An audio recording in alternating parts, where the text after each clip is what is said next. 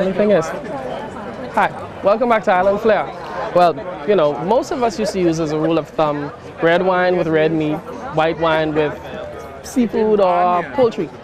But a lot of that has changed, and I'm here with my good friend Rusty from Bristol Cellars, and he's going to tell us a little bit about that and how things have changed and a bit more about wine pairing.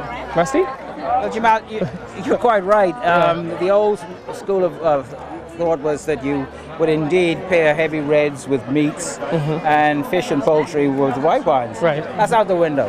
Yeah. And the reason why it's out the window is that these days you drink what you like. Right. And there are no real rules. Now, having said that, there are guidelines, which I'd like to just sort of explain when it comes to a wine and food pairing, okay? Well, just before you do that, when you said that, it just reminded me of something, because usually I would say you wouldn't want to cook with something that you wouldn't want to drink. No. If you wouldn't drink it, I wouldn't put it in your food either. No, good point, good point. You see? If you spend a lot of time and effort on creating your whatever cuisine you're doing, you don't cook with bad wine or inferior wine. Right. So in fact, you should really cook whatever you're going to serve that night with the meal. Cook quality you cook with during the preparation time. Okay, so it's fine. But when it comes to actual pairings, you can do what you want, but on the same time, you have to have some sort of guideline as to what to choose. Okay. Okay. Obviously, with fish, certain poultries, depending on how they're prepared, depending on the sources, you want a lighter style wine. You don't want something heavy in tanning, something that's going to overpower the actual meal. Okay, for example, if you have a piece of grilled grouper, and you have a Napa Valley Cabernet Sauvignon with it, now you may like the Cabernet, which is fine, but when it comes to the actual meal and the interaction between your grouper and your wine, the Cabernet is going to blow the wine, the fish right out of the plate. Yeah, okay? As opposed to complementing it, it would compete against it. We have to work, boil it down like this, we can't fight, we have to work together, okay? We have to complement each other. So with wines you choose, so therefore if you are having fish, say you're having a tuna steak grilled, you can have a red wine, but have a light-bodied red wine. And what comes to mind is like a Pinot Noir, like a Bridgeview Pinot Noir that we have. Or Louis Latour Pinot Noir from Burgundy. But the Pinot Noir, by its very nature, is a light-bodied wine, low in tannins, has some body, a good accompaniment to the tuna, but then it will not overpower the tuna. So they will work together, so you get the best of the both, coming together in unison, and it's a pleasurable experience. Yeah, because I think some wines, they could actually, help to bring out some of the flavors, not only from the perspective from when you're cooking, but also while you're enjoying and eating the food. Yeah, it's like I remember one time I had this it was some salmon that I was enjoying, and I had some wine with it. Now, drinking the wine by itself, it seemed a bit dry to me, you see?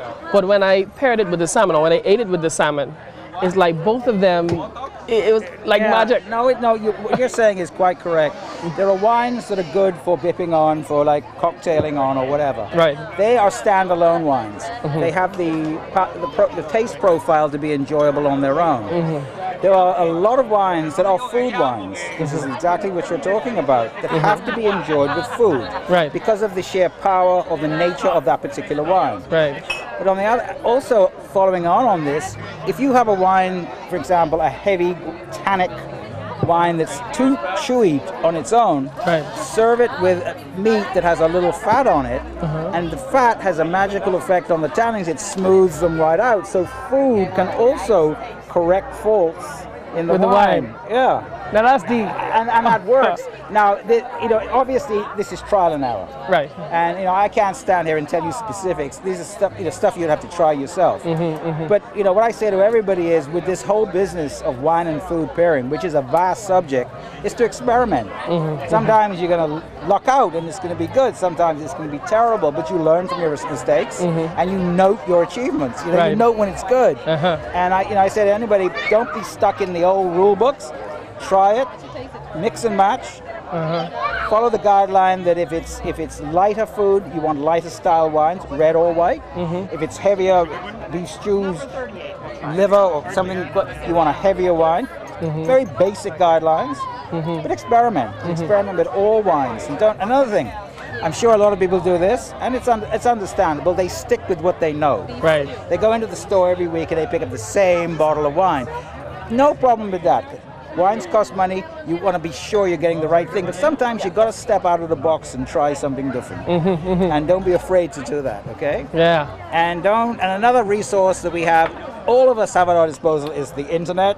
Search, do a little research on wines. There's a vast amount of information up there, and then the more you know, the more you appreciate what's in the glass. Right, you would become like a more educated customer. Of course you do. Yeah. You can't understand wine without knowing a little bit about what's in the glass. And that's something, because you could almost train yourself or even your palate without even tasting it, based on the information that you. Okay. Theoretically, I can go look at a wine list in a restaurant, and by the name of the wine, the grape variety, the area, the appellation, I could predict what that wine's going to taste like. Right.